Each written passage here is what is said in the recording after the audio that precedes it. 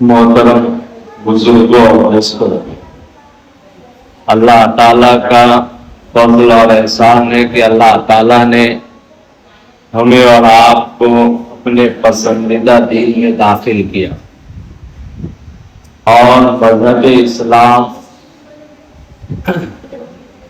ऐसा मज़हब है जिसकी दुनिया के अंदर कोई मिसाल नहीं और इस मज़हब को अल्लाह ताला ने बेपनाह कुरान शरीफ के अंदर कामयाबी और कामरानी का सर्टिफिकेट दिया।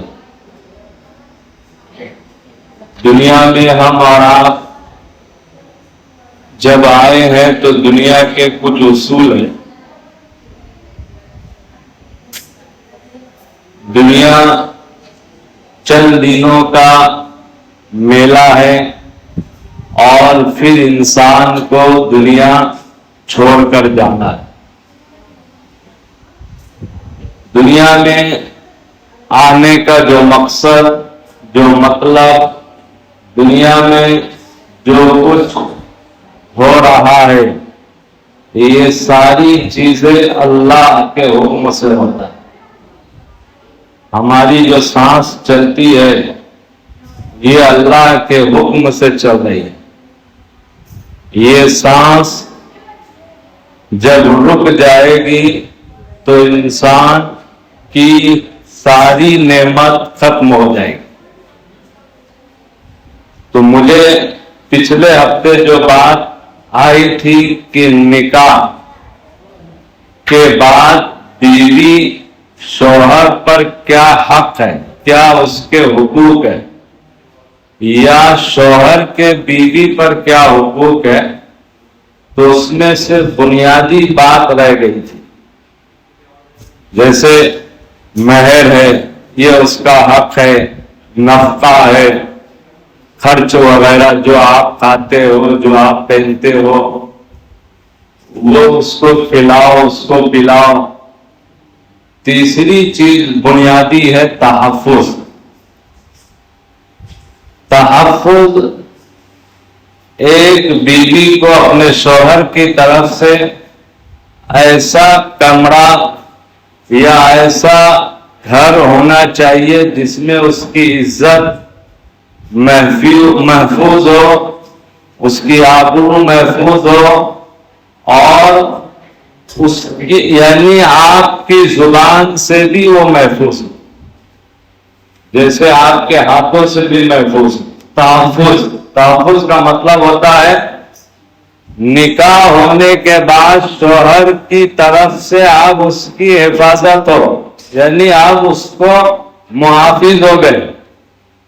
आप ये नहीं कि किसी के सामने बैठे हैं और आप उसको गाली दे दो, आप उसको जो है उसके ऊपर हाथ उठा दो, तो वो बेचारी सोचेगी कि मैं मुहाफिज नहीं उसके घर में, यानी महफूज नहीं हूं। ये आए दिन बच्चों के सामने मुझको बेइज्जत कर देता है, जलील कर देता है। तो फिर वो बेचारी, आप उसका हक जो बुनियादी है फिर वो देने से ये होगा, यानी आपकी जिंदगी खुशगवार नहीं रहेगी, पुरसुकून नहीं रहेगी। जैसे कोई किसी ने कहा कि हिंसा कहां से शुरू होता है। हिंसा जो होता है वो घर से शुरू होता है। अगर माँ बाप आपस में लड़ाई करें और बच्चे उसको देखे तो वो बच्चे भी जब शादीशुदा होंगे तो जैसे अपनी जिंदगी में माँ बाप को देखा लड़ते हुए वो भी लड़ेगा। हिंसा कहां से शुरू हुआ? फिर घर से शुरू हुआ ना।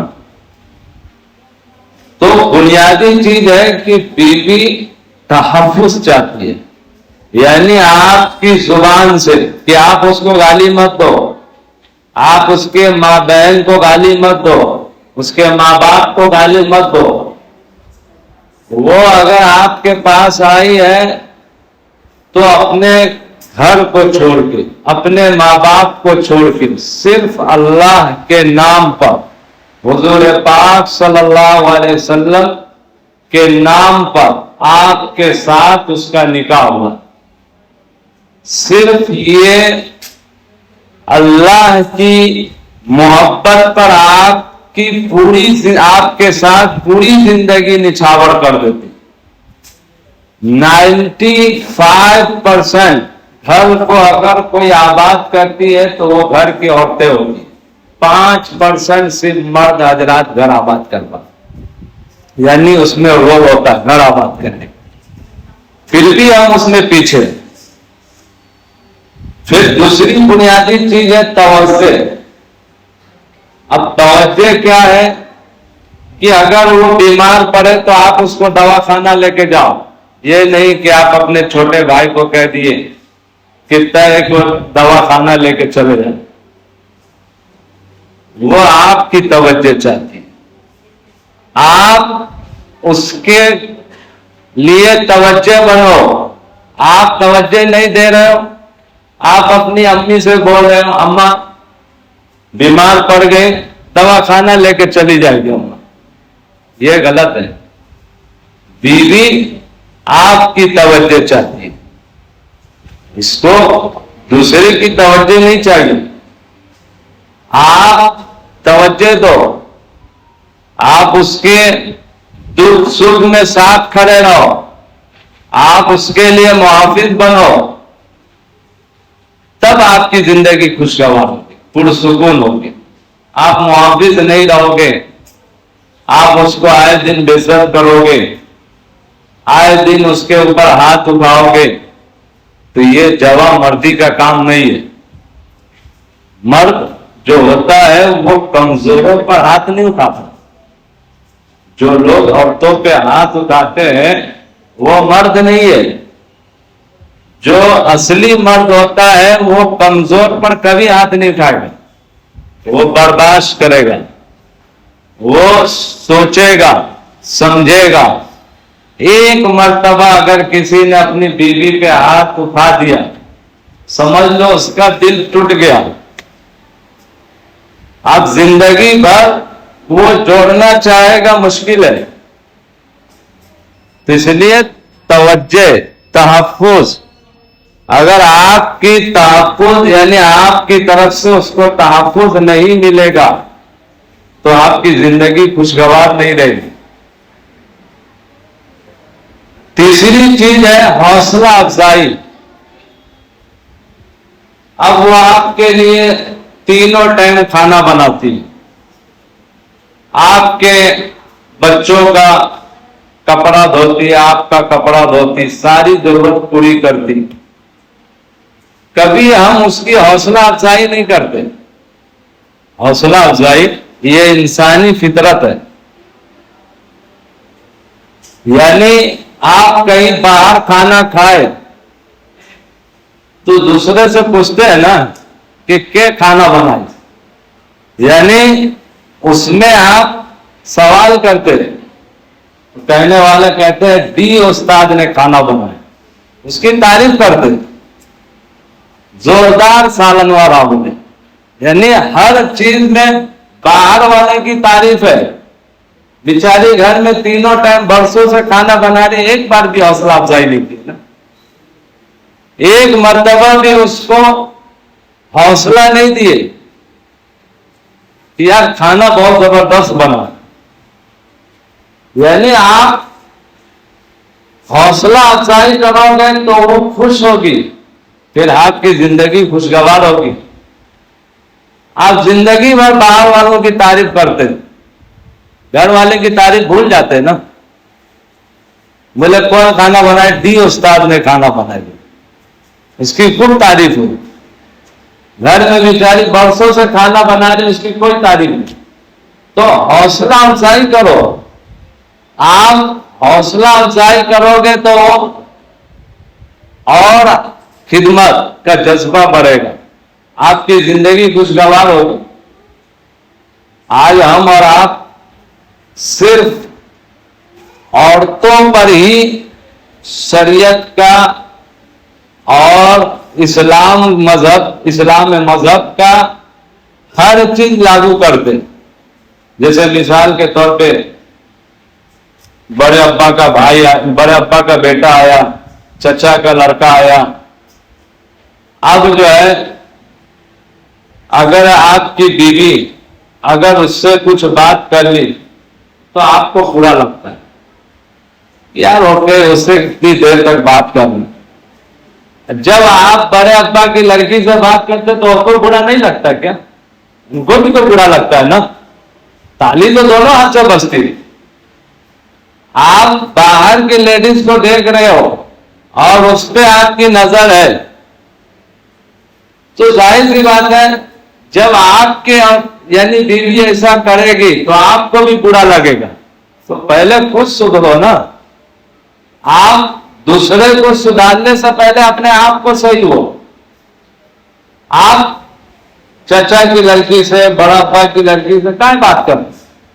जब आप बात नहीं करोगे वो भी नहीं करेगी। तो यानी आपके लिए शरीयत नहीं है, मगर घर वाली के लिए सब शरीयत लागू हो जाती ना।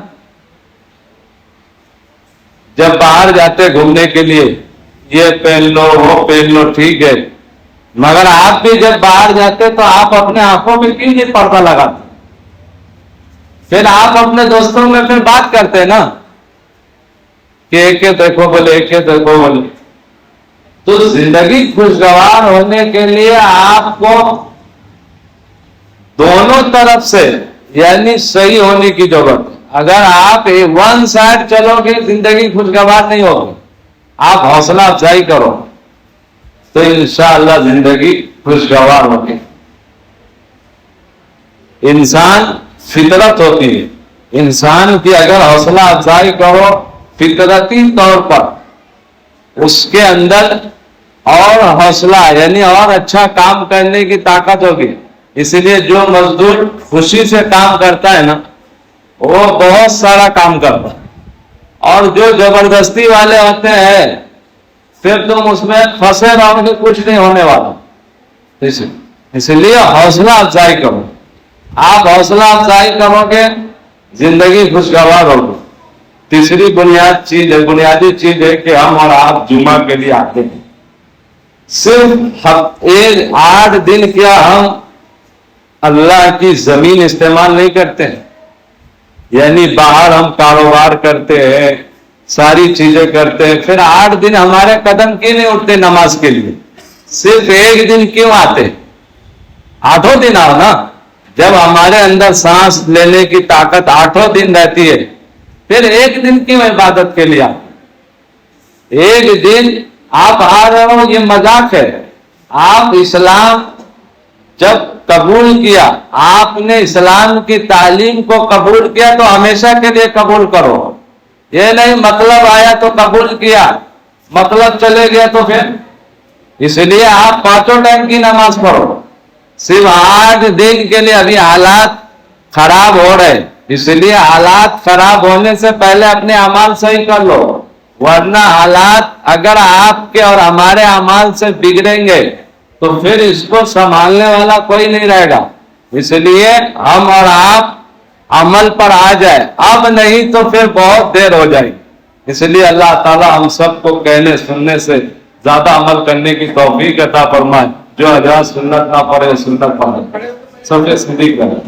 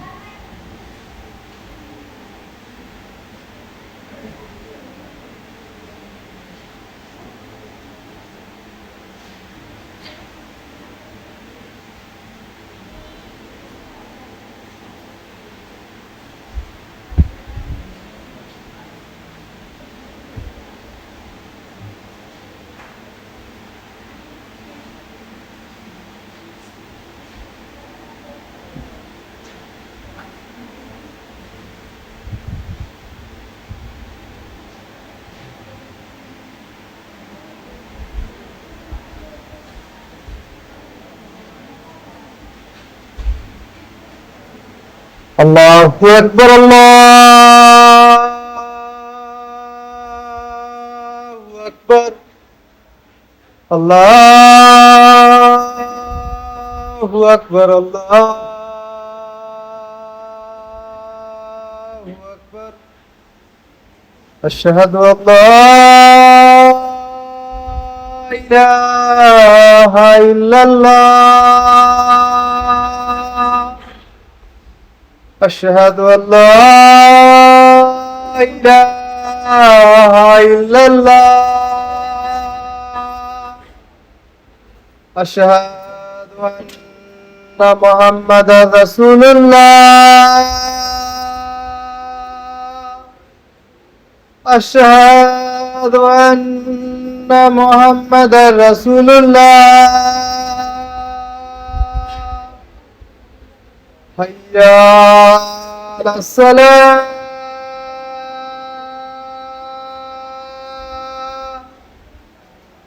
हय्या अलस्सलाह,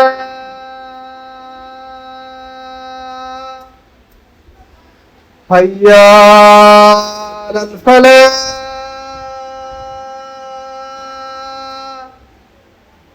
हय्या अलल फलाह। अल्लाहु अकबर, अल्लाहु अकबर, ला इलाहा इल्लल्लाह।